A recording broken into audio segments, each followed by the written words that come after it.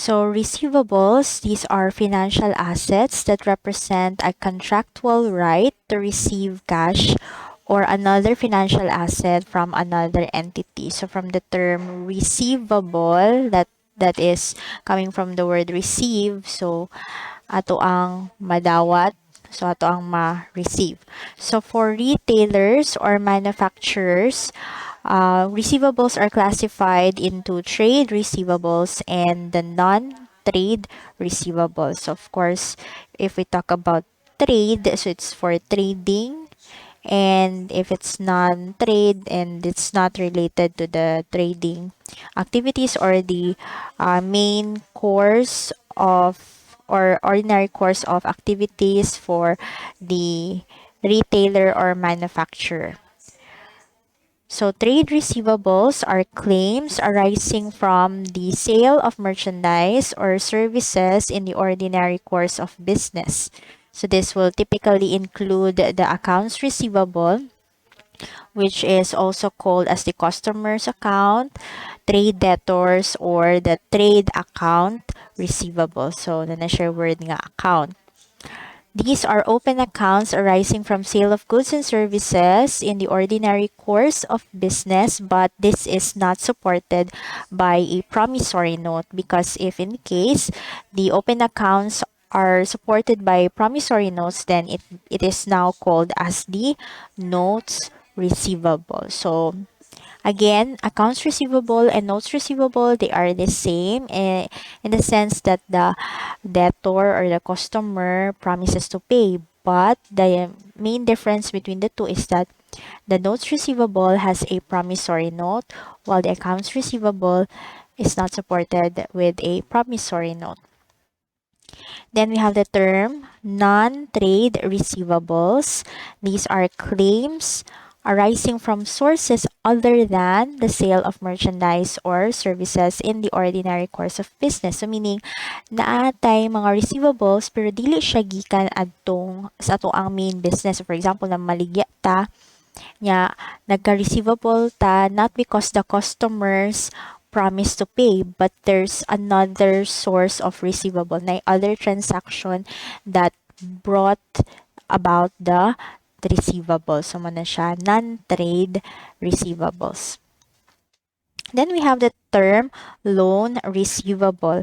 So for banks and other financial institutions, receivables result primarily from loans to customers. So these are coming from banks and other financial institutions. So primary purpose why you loan is you need, of course, money and you're going to repay that or bayaran mo na siya also in money plus interest. It's different with the accounts receivable and notes receivable in the sense nga katong accounts receivable and notes receivable, ang hinungdan why nagka-receivable ta is nangutang og good or service ang customer or ang client. So, nasa lagi utang nato nga good, the product man na siya or ato ang performance of service. Ang loan is nagka-receivable ta sa loan if nagpautang ta, okay? Nagpautang ta sa ato ang client unya mag-expect ta nga bayaran ta ato nga client also in money. So money atong gihatag, money pod ay not gihatag money atong gipautang, money sad ato ang madawat. Ang notes receivable and the loans receivable could be the same if ang hinungdan sa notes receivable nganong nagka-notes receivable ta is nangutang ang ato ang customer ato ang client og money. Okay? So, kung money ang giutang, so same-same sila sa loans receivable. Pero kung nagka-notes receivable ta because nagpautang ta sa ato ang products, nagpautang ta sa atong services, then dili siya parehas sa loans receivable because the loans receivable, money gyud ang ato ang gipautang. So these are loans. The loans coming from this loans receivable are made to heterogeneous customers and the repayment periods are frequently longer or over several years. So how do we classify and present the trade receivables and the non-trade receivables? So if it is a trade receivable and this is expected to be realized in cash within the normal operating cycle or 1 year, whichever is longer. Sorry, this is longer. Okay. Ito sa ning correct. Ano short term man ako nabutang. Okay, for a while ha.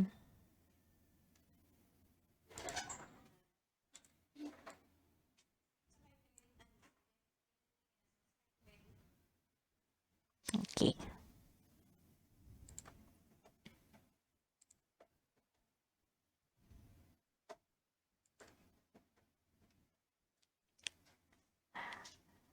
So we need to classify the trade and non-trade receivables accordingly to the corresponding niyang operating cycle, or if the operating cycle is not clearly determinable, then we will use a 12-month nga cycle or 12 months nga period. So for the trade receivables, which are expected to be realized in cash within the normal operating cycle or 1 year, whichever is longer, so that will be classified as current assets.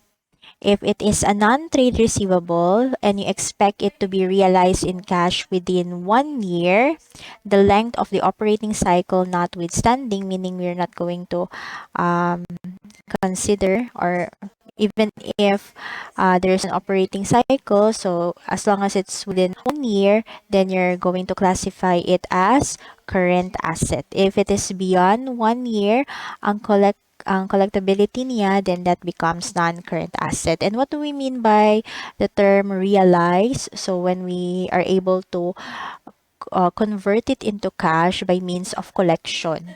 Okay, so pag na-collect na to ang receivable, again, whichever is longer between the normal operating cycle and 1 year, again, what is operating cycle? That starts from the time we purchase the raw materials or we purchase the merchandise, and eventually we sell that and we collect the money and it becomes again cash. So that's the operating cycle. So that is how you're going to classify the trade and non-trade receivables. In terms of presentation, the trade receivable and the non-trade receivables, which are currently collectible, shall be presented on the face of the statement of financial position as one line item with the name trade and other receivables. So again, whether you classify it as trade or you classify it as non-trade, it will fall under one line item. It will be collectively called as the trade and other receivable. The details of the total trade and other receivables shall be disclosed in the notes to financial statements. So there is an example in your book there, diba? So it lists down all the items, whether these are trade or non-trade. So it will fall under the line item trade and other receivables, and the details would be found in the notes to financial statements. Then here are some of the examples of non-trade receivables and how they will be classified in the SFP. So you have if there are advances to or receivables from shareholders, directors, officers, and employees, and if it is collectible in 1 year, then these advances will be current assets. But if beyond 1 year, then that is non-current assets. So what are advances to or receivables from? So if the shareholders nag-advance sila og money. So kung nag-advance meaning nag-release ta og money sa ilaha, and then it becomes our receivable. But since it's not the main course of business nga magpa-advance or maghatag og cash advance sa mga shareholders, mga officers. So, it is treated as non-trade. Wala siya kalabutan sa main course of business. But since it's a receivable, so it's part of the non-trade receivables. The second one is the advances to affiliates. So, again, advances, so mag-release ta og money. So, affiliates could be mga associates or katong mga investor relations. So, ano siya mga affiliates. So, these are treated as long-term investments. Okay? And then we have advances to supplier for acquisition of merchandise. So meaning nag-advance payment ta sa supplier.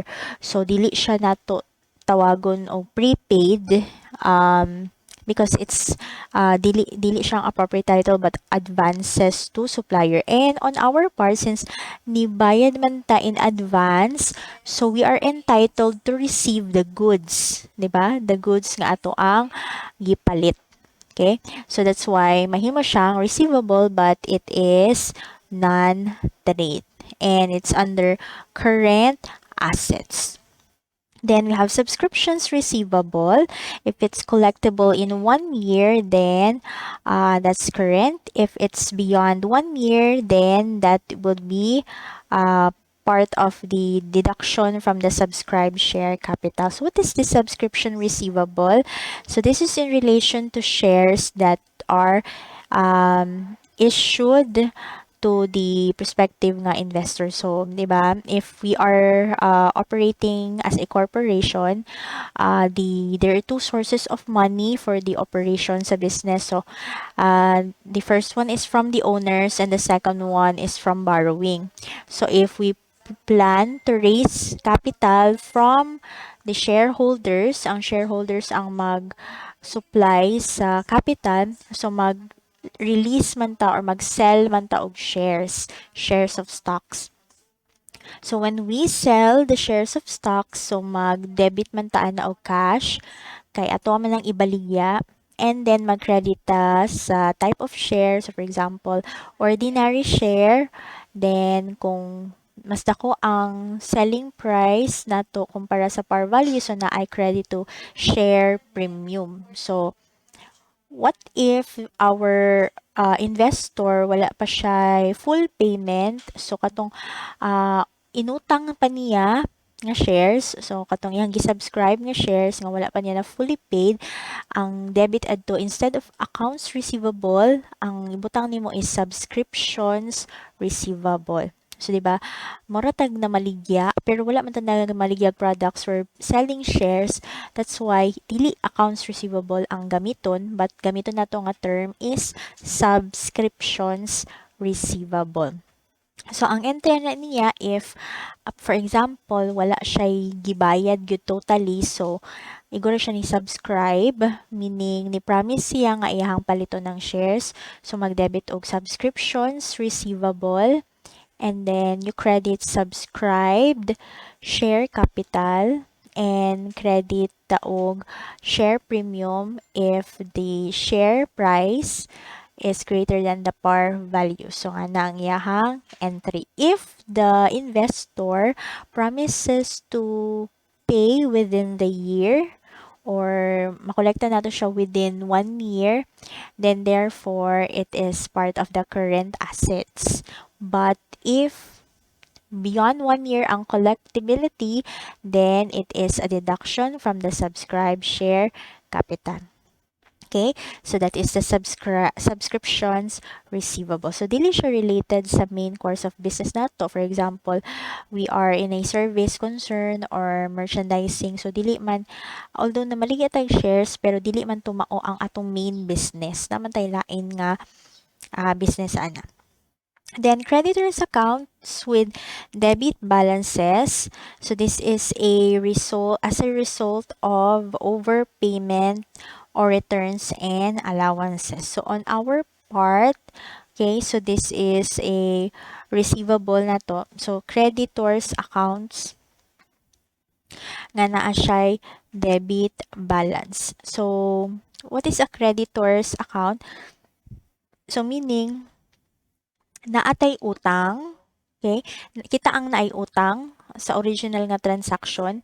So for example, I have a purchases from my supplier o niya ang purchases na ako, nag-debit ko purchases and nag-credit ko og accounts payable. So accounts payable is the creditor's account. So ang accounts payable kintayo na ako is 100,000. Unya na ako'y giuli nga merchandise kintahay worth 10,000. So pila na may balance adto 90,000 unta. Nya what if nakalimot ko nga na di ko'y na return, di ba? Na ako'y na return niya, nabayad na ako is 100,000 gihapon. So di ba ang akong utang na lang kay, di ba ang akong utang unta kay 90,000. So dapat inig bayad na ko, mag-debit unta og accounts payable 90,000 and mag-credit og cash 90,000. But instead, ang akong gibayad kay 100. So, unsa may nahitabuan na mag-debit og accounts payable 100 and then mag-credit og cash 100. So, what happens now to my 90,000? Ang 90,000 na ako nga accounts payable, nag-debit man og 100,000, di ba? Kay 100,000 akong gibayad. So, naa siya'y difference nga 10,000. Unya nahimo siyang debit balance. So, remember, ang accounts payable, di ba, is credit balance, right? So, pero, nahimo siyang debit kay na overpaid nako. Or pwede pod nga, nauna na ko siya bayad, kita nakauna kong bayad og 100,000 and then ako'y gi-return nga worth kintahay 5,000. So, naa siya'y 5,000 nga debit balance. And on my side, kay nasubra man akong bayad, so I'm entitled for reimbursement. Diba? Dapat ulian ko sa sobra na ako nga bayad. Or pwede pod nga tagaan ko nila og replacement sa katong akong giuli kung returns man ganito siya. So what is the general classification? So the creditor's account with debit balances will be classified as current asset. But if the debit balance is not material, so this is depending on the company policy to determine if it's material or not. An offset may be made against the creditor's accounts with credit balances and only the net accounts payable may be presented. Pag dili po siya material kayo, pwede ra daw i-offset against other accounts from the same creditor nga naay credit balance. Pwede ra daw dito nimo i-charge. Then you have special deposits on contract bids. So naay payment. That's a deposit. So that is non-current asset because the deposits, okay, are likely to remain outstanding for a considerably longer period of time. And if it is collectible currently, then of course you're going to classify it as current asset. Then accrued income such as dividend receivable, accrued rent receivable, royalties, accrued interest receivable on bond investments, and that's current asset. The same with claims receivable. For example, those claims against common carriers for losses or damages hintahay na kay cargo niya na wagtang sa barko or nilubog ang barko. So kinahanglan nimong gukudon tong common carrier, tong barko ba na siya or katubang shipping company or cargo forwarder. So you're going to receive a claim. Okay, so that's claims receivable, or it could be claims for rebates and tax refunds, or claim from insurance entity. So these are classified as current asset. Okay, so now you would know kung asa na siya dapat ibutang. Appeal ba na siya sa non-trade receivables, of course, kaning mga current, or ato ba siya sa non-current. Okay, so we have the term customer's credit balance. So pag customer's credit balance na siya, meaning that is our customer, mga customer nato. 'Di ba dapat ang balance niya balance sa atong customer, kung di ba kung kita mag-record, di ba mag-debit ta og accounts receivable and then mag-credit ta og sales. So di ba dapat kay ang account sa atong customer kay debit side man na siya, di ba? Pag mag-establish tag accounts receivable. So dapat debit balance siya. But what if credit balance? Okay, so why is it there is a credit balance? This happened because of the overpayments, returns, and allowances and advance payments from customers. So, katong ganihang example na ko tong creditors accounts with debit balances kan bali. Kita ang naay receivable, unya ang atong customer may nanubra og bayad. So, what happens kung nanubra ilang bayad or na sila returns, mag-credit balance ang ilahang accounts receivable. Okay? And what is the treatment for that? So the customer's credit balance is classified as a current liability. On our part, kita nga seller, we need to return the money, or if according to arrangement, they will accept replacement of the returned items, magpailis sila. So atong provide or atong ihatag tong unsa gani ang replacement. So that's why it's a current liability on our part. Kita ang seller aniha, kita ang seller unya tong customer credit iyang balance, meaning nanubra iyahang bayad. Remember my explanation earlier adtong to siya katong creditors accounts with debit balance. So kani nga side kita na pud ang seller nanubra og bayad or na returns ato ang customer. So naatay liability because we're obliged to return the overpayment or to provide the goods if we have agreed that I'm going to replace it. Okay. Then okay. So you have an example there for 3 customers, and then you have the controlling account which has a balance of 500,000, and then we have the subsidiary ledger. So each customer has its subsidiary ledger. Sabihin na siya separate niya nga account. So customer A, B, and C. Then you have customer A has debit balance of 800,000, sakto ba? 400,000 day, sorry. And then customer B has debit balance of 150, while customer C has 50,000 credit balance. So what will happen is we need to adjust customer C's account. We are going to debit accounts receivable, and we're going to credit that to customers' credit balances. As a result, our liability will be recognized. Okay? So, i-credit ang customer's credit balance. If you like this video, don't forget to click like, subscribe, and hit the notification bell to be updated with the latest video lessons. Thank you for watching.